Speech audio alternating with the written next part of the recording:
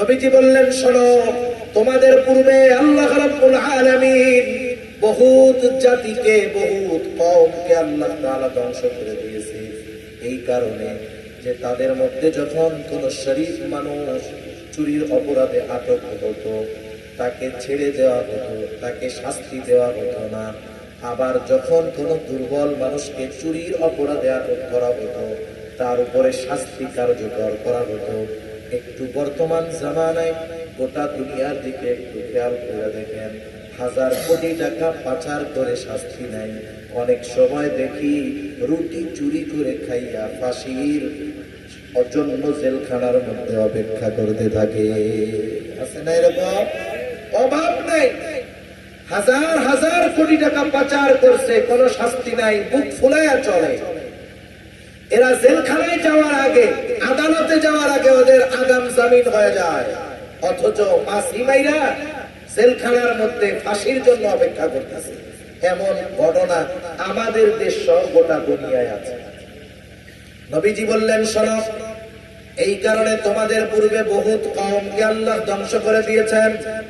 এবার নবীজি বললেন, শোনো, আল্লাহর শপথ, এই মহিলার জায়গায় যদি আমার মেয়ে মুহাম্মদ হতো, আমি তার হাতটা কেটে দিতাম। একটু চিন্তা করে দেখেন, ন্যায় বিচারের ক্ষেত্রে নবীজি সাল্লাল্লাহু আলাইহি ওয়াসাল্লাম যে উপমা রেখে গেছেন, যে উত্তম নিদর্শন রেখে গেছেন, এটা যদি দুনিয়ার মানুষ, দুনিয়ার বিচারকেরা অনুসরণ করত, সারা দুনিয়ার মধ্যে ইনসাফের সুবাতাস বইত। ইন্নাল্লাহা ইয়া'মুরুকুম আন তু'আদ্দুল আমানাতি ইলা আহলিহা।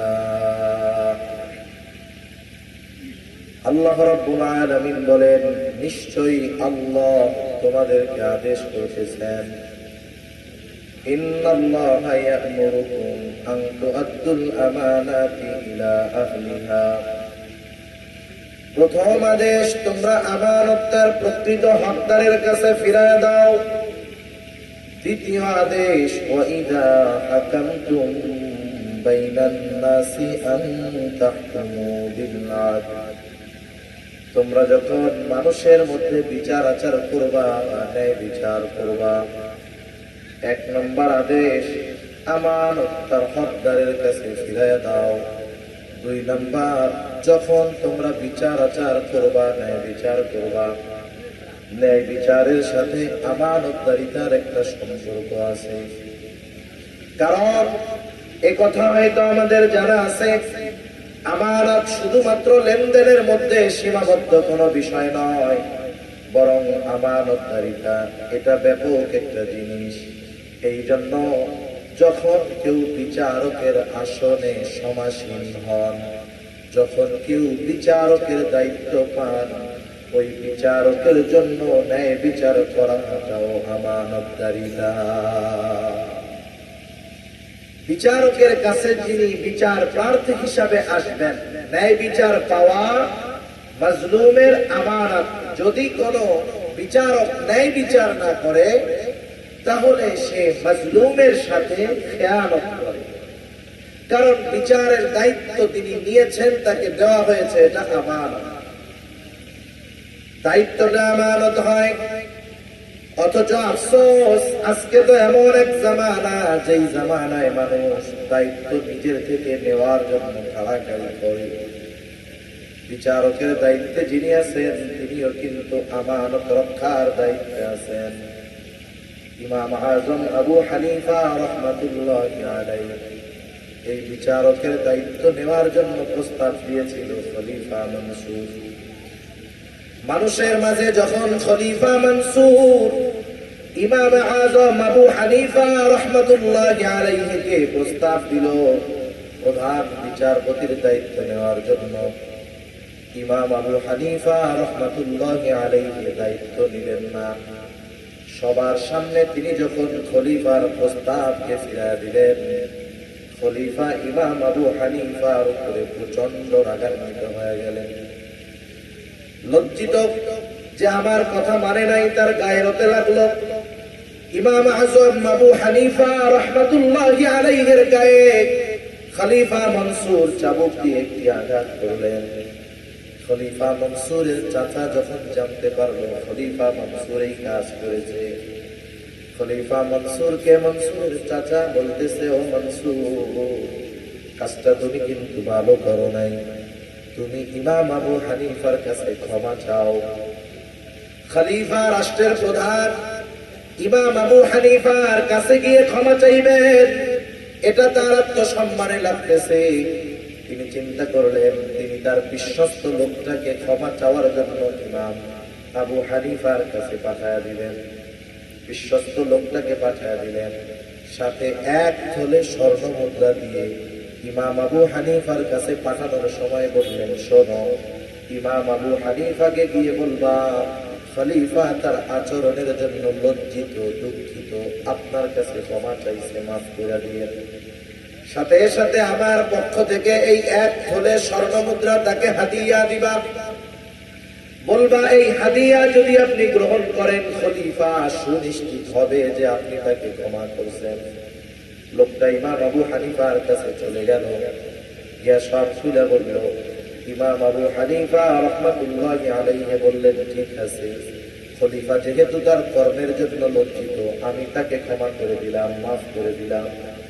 এইবার লোকটা বলতেছে, আপনার জন্য খলিফা এক থলে স্বর্ণ মুদ্রা হাদিয়া দিয়েছে, আপনি এটা গ্রহণ করলে খলিফা সুনিশ্চিত হবেন যে আপনি তাকে ক্ষমা করে দিয়েছেন। এইবার ইমাম আবু হানিফা রাহমাতুল্লাহি আলাইহি লোকটাকে জিজ্ঞাসা করতেছে, তুমি আর তোমার খলিফা যে আমাকে হাদিয়া দিল, এই হাদিয়া কি তার ব্যক্তিগত সম্পদ থেকে দিয়েছে নাকি? লোকটা বলতেছে, না, রাষ্ট্রীয় কোষাগার থেকে দিয়েছে। ইমাম আবু হানিফা রাহমাতুল্লাহি আলাইহি বললেন, কোন খলিফার এই অধিকার নাই, কোন রাষ্ট্রপ্রধানের এই অধিকার নাই। রাষ্ট্রের সম্পদ যেখানে খুশি সেখানে ব্যয় করবে। খলিফার দায়িত্ব হলো, রাষ্ট্রপ্রধানের দায়িত্ব হলো রাষ্ট্রের সম্পদ রক্ষণাবেক্ষণ করা, যথাযথ হকদারকে দেওয়া, অপচয় রোধ করা। এক কথায় এই সম্পদ তার কাছে আমানত, আর আমানতের বস্তু কাউকে হাদিয়া দেওয়া যায় না। তুমি তোমার খলিফাকে গিয়ে বলবা, সে যে ভাতা পায় ওর থেকে 1 টাকা বেশি নেওয়া রাষ্ট্রীয় সম্পদ থেকে তার জন্য বৈধ নয়। বলে আপনি রাখেন, নিজে ব্যয় না করেন, মানুষকে সদকা করে দিন। ইমাম আবু হানিফা রাহমাতুল্লাহি আলাইহি বললেন, এই সম্পদ রাখার পর এটা আমি ব্যবহার করলাম নাকি সদকা করে দিলাম সেটা বিষয় নয়। তোমার খলিফা জানবে যে ইমাম আবু হানিফা আমার হাদিয়া গ্রহণ করেছে, এই জন্য তুমি ফেরত দিবা, সাথে সাথে কথাগুলো তাকেও বলবা। এইবার লোকটা ফিরে গেল, ইমাম আবু হানিফা যেই কথাগুলো বলতে বলছে সেই কথাগুলো খলিফাকে বলল। খলিফা আগের চাইতে আরো বেশি রাগান্বিত হয়ে যায়। এইবার ইমাম আবু হানিফাকে আটকে দিল জেলখানায়। অত্যাচারের উপর অত্যাচার, জুলুম করা হয়, চাবুক মারা হয়। ইমাম আজম আবু হানিফাকে বলা হয়, ও আবু হানিফা, আপনাকে ছেড়ে দেওয়া হবে শুধু আপনি যদি প্রধান বিচারপতির দায়িত্ব গ্রহণ করেন। ইমাম আবু হানিফা এত জুলুমের শিকার হলেন, তবুও তিনি প্রধান বিচারপতির দায়িত্ব নেন নাই। ঐতিহাসিকদের 2টি মত। প্রথম মত, যখন ইমাম আজম আবু হানিফার উপরে জুলুম অত্যাচার করেও তাকে নমনীয় বানাইতে পারল না, খাবারের সাথে বিষ মিশায়া ইমাম আবু হানিফাকে হত্যা করা হলো। আর এক বর্ণনা, তিনি যখন প্রচন্ড অসুস্থ হয়ে গেলেন, ওনাকে বাড়িতে পাঠিয়ে দেওয়া হলো, গৃহবন্দী করে দেওয়া হলো। ওই অবস্থায় তিনি দুনিয়া থেকে ইন্তেকাল করলেন। ইমাম আবু হানিফাকে জিজ্ঞাসা করা হয়েছিল, ও ইমামে আজম, আপনি এত জুলুম অত্যাচার সহ্য করলেন, দায়িত্বটা নিলে তো আপনার উপরে এত জুলুম অত্যাচার হইত না। আপনি তো প্রধান বিচারপতির দায়িত্ব নেওয়ার যোগ্যতা আপনার মধ্যে ছিল, এরপরেও কেন নেন নাই?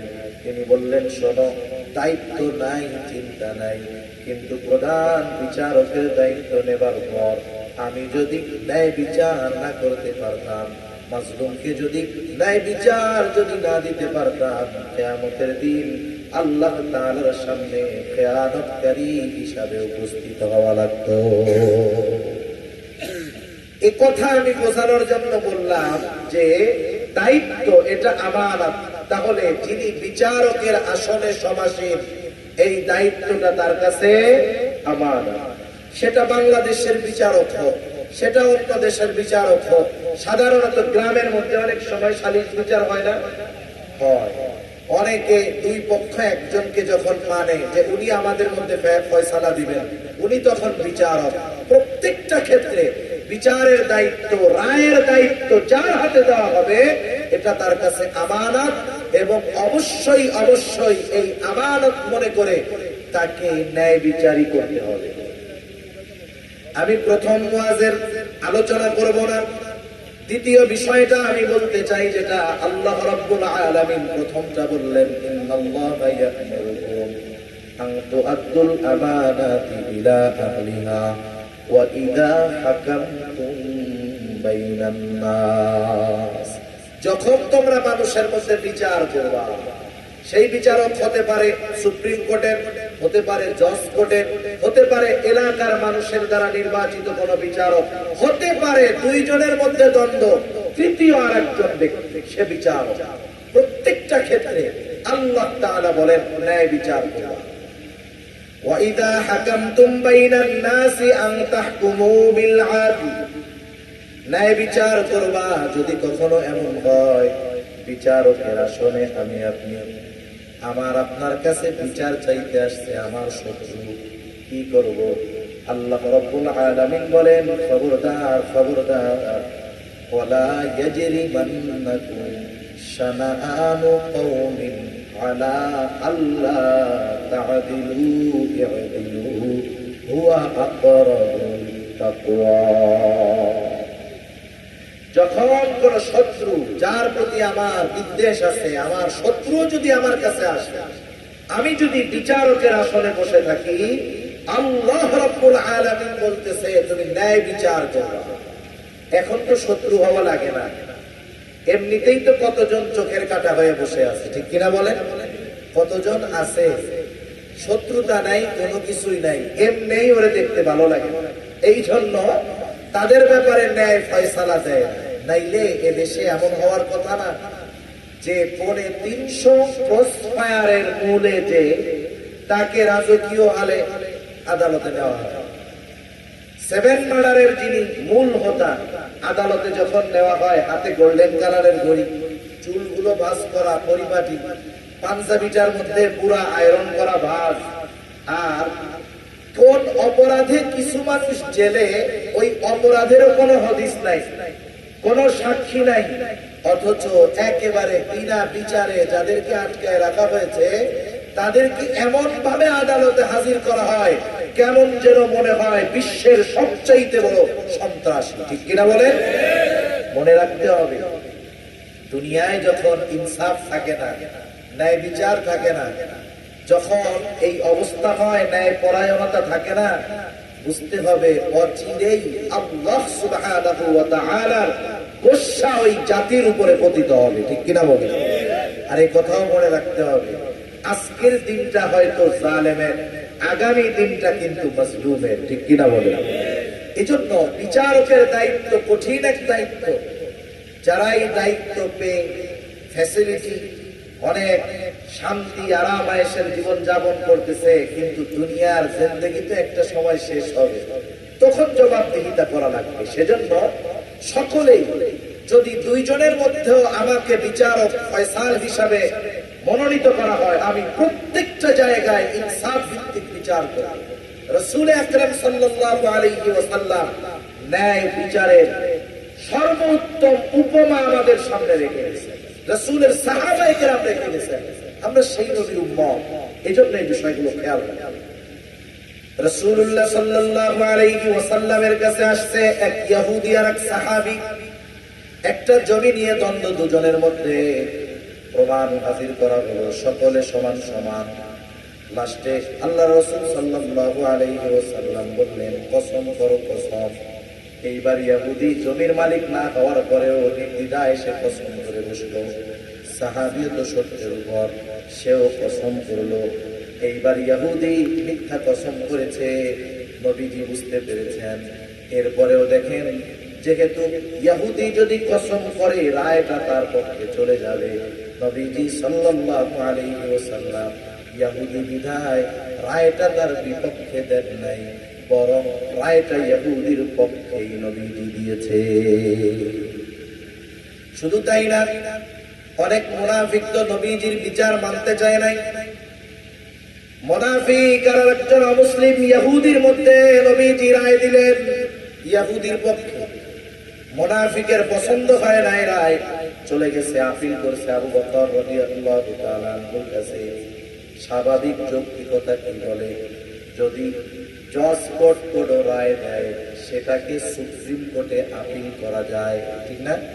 কিন্তু সুপ্রিম কোর্ট যেই রায় দিবে ওই রায়ের বিরুদ্ধে জজ কোর্টে আপিল করার সুযোগ আছে? কোনো সুযোগ নাই। রায় দিয়েছেন মুহাম্মদুর রাসূলুল্লাহ সাল্লাল্লাহু আলাইহি ওয়াসাল্লাম, আর ওই মুনাফিকের নবীজির রায় বিচার পছন্দ হয় নাই। ও চিন্তা করছে, আমি তো মুসলমানের সাথে থাকি, বেসরে নামাজ পড়ি, জিহাদে যাই, উনি আমার পক্ষে রায় দিতে, ইহুদির পক্ষে কেন? পছন্দ হয় নাই রায়। আবু বকর রাদিয়াল্লাহু তাআলা আনহুর কাছে গিয়ে আপিল করছে, সানি করাইতে যায়। জিজ্ঞাসা করছেন, প্রথম রায়টা কে দিয়েছে? নবীজি মুহাম্মদুর রাসূলুল্লাহ সাল্লাল্লাহু আলাইহি ওয়াসাল্লাম। উনি বললেন, এটা আমার দ্বারা সম্ভব না। এবার ওই ইহুদি, ওই মুনাফিক চিন্তা করলো, ওমরের কাছে গেলে মনে হয় কাজ হবে, কারণ ওমর কাফেরদের ব্যাপারে কঠোর। এইবার ওমর রাদিয়াল্লাহু তাআলা আনহুর কাছে গিয়ে বলতেছে, আমরা একটা বিচারের সানি করানোর জন্য আসছি। প্রথম বিচার কে করেছে? মুহাম্মদুর রাসূলুল্লাহ সাল্লাল্লাহু আলাইহি ওয়াসাল্লাম। এইবার মুনাফিক বলতেছে, উনি ইহুদির পক্ষে রায় দিয়েছেন, আমার বিপক্ষে দিয়েছে।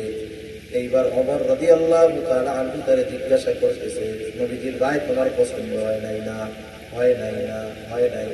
এবার ঘর থেকে তলোয়ার নিয়ে আসছেন, এই মুনাফিককে দুনিয়া থেকে চিরতরে বিদায় করে দিয়েছে। এই ঘটনাকে কেন্দ্র করে আল্লাহ তাআলা ওহী নাযিল করেছেন। তা দেখেন, ন্যায় বিচারের ক্ষেত্রে নবীজির উপমা কেমন। মাখজুম গোত্রের একজন মহিলা, আরবের অন্যতম প্রসিদ্ধ যেই কয়েকটা গোত্র ছিল কুরাইশ সহ, এর মধ্যে অন্যতম একটি গোত্র হলো মাখজুম গোত্র। ওই গোত্রের একজন মহিলা চুরির অপরাধে তাকে শাস্তি দেওয়া হবে।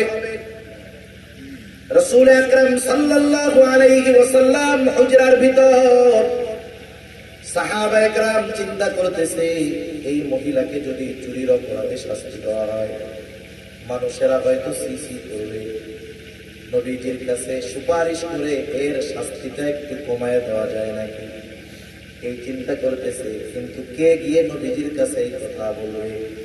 হযরত উসামা বিন যায়েদ রাদিয়াল্লাহু তাআলা আনহু তখন ছোট। সাহাবায়ে কেরাম চিন্তা করলেন, উসামাকে দিয়ে কাজটা হবে। উসামাকে বললেন, উসামা, তুমি তোমার নানার কাছে গিয়ে বলবা, নানা, এই যে মহিলার হাত কাটা হবে, উনি মাখজুম গোত্রের একজন মহিলা। এতটুকু কথা শিখায় দেওয়া হলো।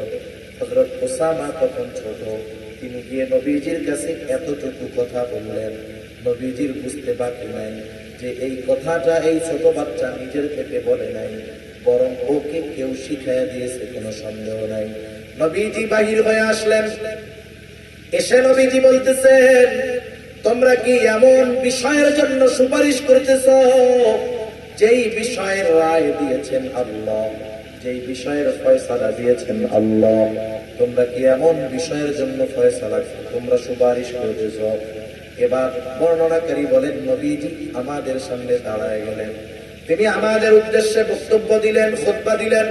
নবীজি বললেন, শোনো, তোমাদের পূর্বে আল্লাহ রাব্বুল আলামিন বহুত জাতিকে, বহুত কওমকে আল্লাহ তাআলা ধ্বংস করে দিয়েছে, এই কারণে যে তাদের মধ্যে যখন কোন শরীফ মানুষ চুরির অপরাধে আটক হতো, তাকে ছেড়ে দেওয়া হতো, তাকে শাস্তি দেওয়া হতো না। আবার যখন কোন দুর্বল মানুষকে চুরির অপরাধে আটক করা হতো, তার উপরে শাস্তি কার্যকর করা হতো। একটু বর্তমান জামানায় গোটা দুনিয়ার দিকে একটু খেয়াল করে দেখেন, 1000 কোটি টাকা পাচার করে শাস্তি নাই, অনেক সময় দেখি রুটি চুরি করে খাইয়া ফাঁসির জন্য জেলখানার মধ্যে অপেক্ষা করতে থাকে। আছে না এরকম? অভাব নেই, 1000 কোটি টাকা পাচার করছে, কোনো শাস্তি নাই, বুক ফুলাইয়া চলে।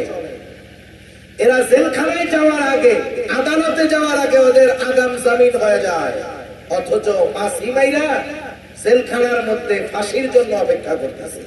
এমন ঘটনা আমাদের দেশ সহ গোটা দুনিয়ায় আছে। নবীজি বললেন, শোনো, এই কারণে তোমাদের পূর্বে বহুত কওমকে আল্লাহ ধ্বংস করে দিয়েছেন। এবার নবীজি বললেন, শোনো, আল্লাহর শপথ, এই মহিলার জায়গায় যদি আমার মেয়ে মুহাম্মদ হতো, আমি তার হাতটা কেটে দিতাম। একটু চিন্তা করে দেখেন, ন্যায় বিচারের ক্ষেত্রে নবীজি সাল্লাল্লাহু আলাইহি ওয়াসাল্লাম যে উপমা রেখে গেছেন, যে উত্তম নিদর্শন রেখে গেছেন, এটা যদি দুনিয়ার মানুষ, দুনিয়ার বিচারকেরা অনুসরণ করত, সারা দুনিয়ার মধ্যে ইনসাফের সুবাতাস বইত। কিন্তু ন্যায় বিচার কোথায়? আপনি সর্বোচ্চ আদালতে গিয়েও ন্যায় বিচার পাবেন না, কোন জায়গায় ন্যায় বিচার পাবেন না। এমনকি নিজের ঘরের মধ্যেও অনেক সময় সন্তানের সাথে পিতাও বিচার করে, ঠিক কিনা বলেন? এগুলো ঠিক নয়, এগুলো বান্দার হক নষ্ট করা, সাথে সাথে আরো অনেক অপরাধের কারণে। সেজন্য নবীজির উপমা সাহাবায়ে কেরাম উত্তম নিদর্শন ছিলেন এ ব্যাপারে। হযরত ওমর রাদিয়াল্লাহু তাআলা আনহু একবার বাজার থেকে এক ইহুদি বা খ্রিস্টানের কাছ থেকে একটা ঘোড়া কিনছেন। ঘোড়াটা কিনে কিছু দূর যখন গেছেন, ঘোড়ার উপরে উঠছেন, ঘোড়া আর চলে না, পা একটা বেঁকা হয়ে গেছে। এইবার খলিফাতুল মুসলিমিন ওমর রাদিয়াল্লাহু তাআলা আনহু ঘোড়া নিয়ে চলে আসছে ইহুদির কাছে। ইহুদির কাছে এসে বলতেছে, কি ঘোড়া দিছো? তোমার ঘোড়া তো চলতে পারে না, পায়ের মধ্যে সমস্যা। এইবার ইহুদি বলতেছে, আপনি তো আমার কাছ থেকে ভালো ঘোড়াই নিয়েছেন। উনি বলতেছে, না, তুমি আমারে খারাপ ঘোড়া দিছো। তাহলে দুজনের মধ্যে ফয়সালা খেয়ে দিবে। এইবার ওই ইহুদি বলতেছে, শুরাইহকে আমরা আমাদের মধ্যে ফয়সাল হিসাবে মানলাম। ঐতিহাসিক প্রসিদ্ধ কাজী শুরাইহ, তখনও তাকে দায়িত্ব দেওয়া হয় নাই। এইবার হযরত ওমর রাদিয়াল্লাহু তাআলা আনহু তখন খলিফাতুল মুসলিমিন, আর ওই ইহুদি শুরাইহের কাছে গিয়ে বলতেছে, এই ঘটনা, আমাকে তো এই ঘোড়াটা দিয়েছে, আমি কেনার পর কিছু দূর গেলাম, যাওয়ার পরে দেখি ঘোড়াটা আর চলতে পারে না, আমাকে ধোঁকা দিয়েছে, ঠকাইছে। এইবার ইহুদি বলতেছে, আমি ওনারে ভালো ঘোড়া দিয়েছি। আর ওমর রাদিয়াল্লাহু তাআলা আনহু বলেন, না, ঘোড়াটা ভালো না। কাজী শুরাইহ বলতেছে, খলিফাতুল মুসলিমিন, আপনি কি চান? আপনার চাওয়া কি, দাবি কি? বলে, আমার দাবি হলো যে আমি তার ঘোড়াটা ফেরত দিব, আর আমাকে তার টাকা, আমার টাকা ফেরত দিয়ে দিবে। তা আপনি যখন ঘোড়া কিনছেন ওর কাছ থেকে, তখন কি অবস্থা ছিল? বলে, তখন তো ভালো হয়েছিল, একটু পরে খারাপ হয়েছে, এটা ফেরত নেওয়া যাবে। আপনি তার ঘোড়াটা ভালো করে দেন, সে আপনার টাকা দিয়ে দিচ্ছে। হযরত ওমর রাদিয়াল্লাহু তাআলা আনহু বললেন, হ্যাঁ, এটাই তো ন্যায় বিচার। হযরত ওমর রাদিয়াল্লাহু তাআলা আনহু সাথে সাথে বললেন, যাও, কুফার পদ খালি, প্রধান বিচারপতির পদ খালি, তুমি যাও, ওই দায়িত্ব তোমাকে দেওয়া হলো। চিন্তা করেন, অর্ধজাহানের খলিফা, তার বিরুদ্ধে একজন বিচারক স্বচ্ছ রায় দিতেও দ্বিধাবোধ করতো না। আর এইনার অবস্থার দিকে তাকাইলে আমার কিছু বলা লাগবে না, আপনারাই বুঝতে পারবে। আর একবার হযরত আলী রাদিয়াল্লাহু তাআলা, উনি যুদ্ধের ময়দানে এক ধরনের পোশাক পরতো, লোহার পোশাক, লৌহ বর্ম, যাতে করে শত্রুর অস্ত্রের আঘাত গায়ে না লাগে। উনি ওনার বর্মটা নিয়ে কোথাও যাচ্ছেন, হঠাৎ করে বাহন থেকে ওইটা পড়ে গেছে, টের পান। একজন ইহুদি ওইটা দেখছে, নিয়ে ওইটা ও চুরি করে নিয়ে চলে আসছে। ও দেখছে যে খলিফার ঘোড়া থেকে পড়ছে, খলিফা যখন চলে গেছে, ও ওইটা নিয়ে চলে আসছে। কিছুদিন পর বাজারে এইটা বিক্রি করতে আবার উঠেছে। চুরি করে আয় না তো নগদে উঠায় না, কদিন পরে উঠায়। যেমন আজকে আমি হাটহাজারী উপজেলা পরিষদ মসজিদে নামাজ পড়তেছি, নামাজের জন্য গেছি, স্যান্ডেল ভিতরেও নিছি, হায় হায় একটু করে দেখি স্যান্ডেল আমার নাই, গায়েব হয়ে গেছে। ওইটারেও তো আশেপাশে কোনো জায়গায় বিক্রি করবে, কিন্তু আজকে কালকে করবে না, একটু ঘষা মাজা দিয়ে পরিষ্কার করে এরপরে আবার বিক্রি করবে। তো যাই হোক, এখন খলিফাতুল মুসলিমিনের তো কর্ম নাই, উনি কর্ম কেনার জন্য বাজারে আসছে। আসার পরে দেখে খাইরে এ তো আমার সেই কর্ম। বলেন তো আমার স্যান্ডেলটা যতই রং করুক আর কালার করুক না কেন, আমি যদি এক সপ্তাহ পরেও গিয়ে যদি স্যান্ডেলটা দেখি, চিনবো কি চিনবো না? কিন্তু কিছু করার নাই, কারণ প্রমাণ নাই।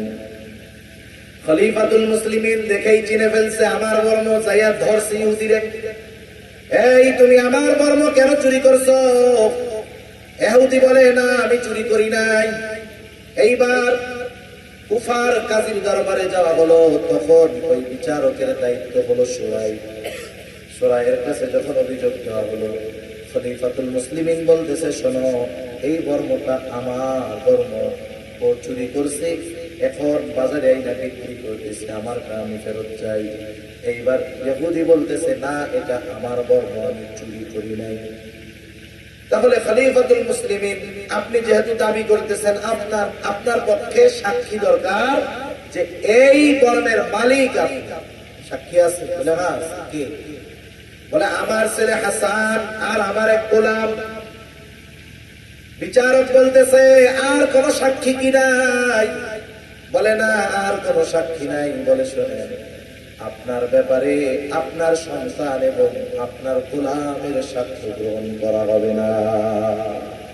আলী রাদিয়াল্লাহু তাআলা আনহু আয়েশা দিছে, বলতে তাইলে তো আমার আর কোন সাক্ষী নাই।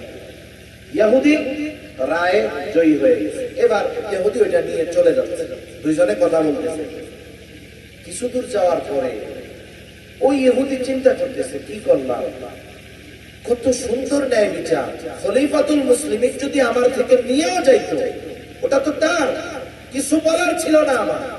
এরপরেও বিচারক যদি চাইতো, ওনার কথা বিশ্বাস করে ওনার পক্ষে রায় দিতে পারতো, তাও দিল না। কত ইনসাফ, কত ন্যায় বিচার এদের মধ্যে। ও ফিরে আসছে আবার।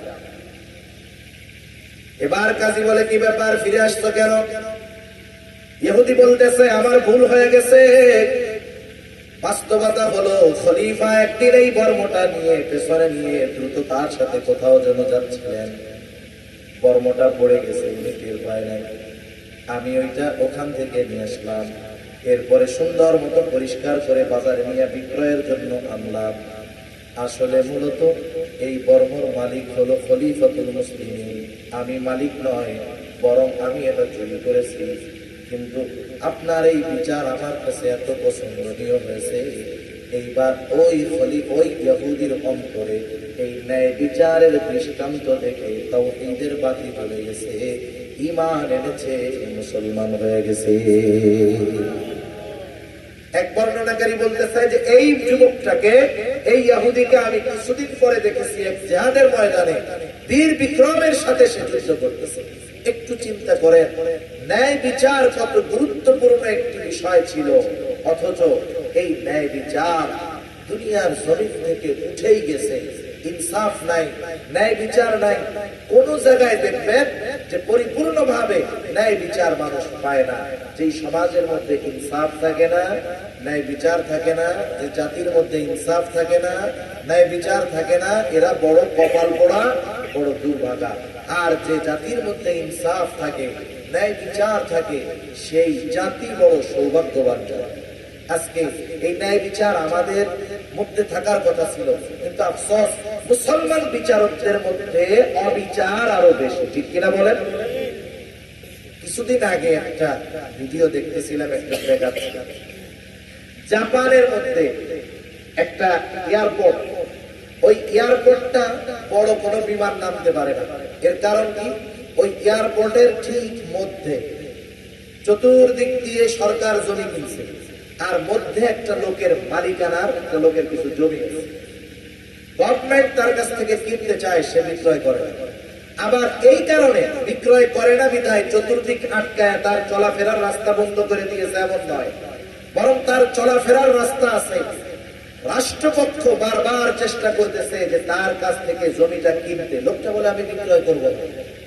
বলেন তো, আমাদের দেশ সহ অন্যান্য জায়গা হলে ওই একটা বুড়া লোককে তুড়ি দিয়া উড়াই দেওয়ার জন্য আমাদের লাঠিয়াল বাহিনী তো যথেষ্ট ছিল, ঠিক না? কিন্তু দেখেন, ওই লোকটা ওখানে এখনো আছে, সে জায়গা বিক্রয় করে নাই। গভর্নমেন্ট তো তার উপরে জোর কইরা দখল নিতে ও জমি পারে নাই, আদালতের সাথে মামলা চলতেছে, লোকটা ন্যায় বিচার পাচ্ছে।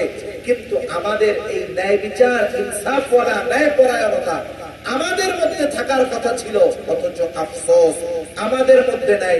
অমুসলিমেরা আমাদের ন্যায় বিচার কেড়ে নিয়ে এই কিছু কিছু বিষয়ের উপরে চলে দুনিয়ার সমৃদ্ধি অগ্রগতি অর্জন করতেছে, আর মুসলমানেরা অবিচার করে ন্যায় বিচারকে দূরে ঠেলে দিয়ে নিজেরা পেছনে পড়ে আছে। আপনি যে পশ্চিমা বিশ্বের অগ্রগতি দেখেন দুনিয়ার লাইনে, সমরাস্ত্রের দিক দিয়ে, প্রযুক্তির দিক দিয়ে আজ থেকে বেশি নয়, আপনি 150 বছর আগের ইতিহাস যদি জেনে থাকেন, ওসমানী খেলাফতের ইতিহাস যদি জেনে থাকেন, দেখবেন সমরাস্ত্রে, বিজ্ঞানে সব জায়গায় মুসলমানদের অগ্রগতি ছিল। কিন্তু 100 বছর পার না হতে মুসলমানেরা যখন অবিচার ধরে নিয়েছে, ন্যায় বিচার বাদ দিয়েছে, ইনসাফ চলে গেছে, তখন ওই পশ্চিমারা যাদেরকে মুসলমানেরা সভ্যতা শিখিয়েছে, ওরা দুনিয়ায় সমরাস্ত্রের দিক দিয়ে শক্তিশালী, প্রযুক্তির দিক দিয়ে শক্তিশালী। এজন্য আমরাও যদি দুনিয়ায় পরিচালিত হওয়ার জন্য যেই বিষয়গুলো কোরআন সুন্নাহ আমাদের শিক্ষা দিয়েছে, ওই বিষয়গুলো অনুযায়ী যথাযথ চলতে পারি, ইনশাআল্লাহ সেদিন দূরে নয় যেদিন সমরাস্ত্রের দিক দিয়ে শক্তিশালী হবে মুসলমানেরা, প্রযুক্তির দিক দিয়ে শক্তিশালী হবে মুসলমানেরা। মনে রাখতে হবে, সবকিছুই দুনিয়ার জ্ঞান বিজ্ঞান দিয়ে আগমন ঘটানো যায় না, বরং কিছু জিনিস আছে ইনসাফের মাধ্যমে আসমানওয়ালার কাছ থেকে পাস করাতে হয়, ঠিক কিনা বলে? সেজন্য আমি আর লম্বা করব না। আল্লাহ সুবহানাহু ওয়া তাআলা এই আয়াতের মধ্যে আমাদেরকে দুইটা ওয়াজ করছেন। একটা ওয়াজ হলো আমানতদার হওয়ার জন্য, দ্বিতীয় ওয়াজ হলো আমরা যখন মানুষের মধ্যে বিচার করব, ন্যায় বিচার করব, শত্রুও যদি আমার কাছে বিচার প্রার্থী হিসাবে আসে, আমরা তাকেও ন্যায় বিচার দিব, তার ব্যাপারেও ন্যায় পরায়ণতার উপমা সাক্ষ্য আমরা রাখবো। তাহলে কি হবে? আল্লাহ সুবহানাহু ওয়া তাআলা জানায়া দিলেন। কতই না সুন্দর ওয়াজ তোমাদেরকে করলাম। ওয়াইদা হাকামতুম বাইনান নাস আন তাহকুমু বিল আদল ইন্নাল্লাহা নি'মা ইয়াইদুকুম বি। আল্লাহ তাআলা তোমাদেরকে কতই না সুন্দর ওয়াজ করলেন, ইন্নাল্লাহা কানা সামিআন বাসীরা। এই ওয়াজ জানার পরেও আমরা যদি আমল না করি, কিছু বলা বলি করি, দুনিয়ার কেউ না জানলেও জানবেন কে? সেজন্য আল্লাহ তাআলা বলেন, এই সুন্দর ওয়াজটা জানার পর তোমরা যদি আমল না করো, আমি আল্লাহ সেটা দেখব। এই সুন্দর ওয়াজটা জানার পর তোমরা কি আলোচনা করো, আমি আল্লাহ তাআলা কিন্তু সেটা শুনি। সেজন্য আল্লাহ সুবহানাহু ওয়া তাআলা আমাদের সকলকে সকলের অবস্থানে পরিপূর্ণ আমানতদার ও ন্যায়পরায়ণ হওয়ার তৌফিক আল্লাহ দান করুন। সকলে বলি আমিন। ওয়া আখিরু দাওয়ানা আলহামদুলিল্লাহি রাব্বিল আলামিন। আসসালামু আলাইকুম ওয়া রাহমাতুল্লাহি ওয়া বারাকাতুহু।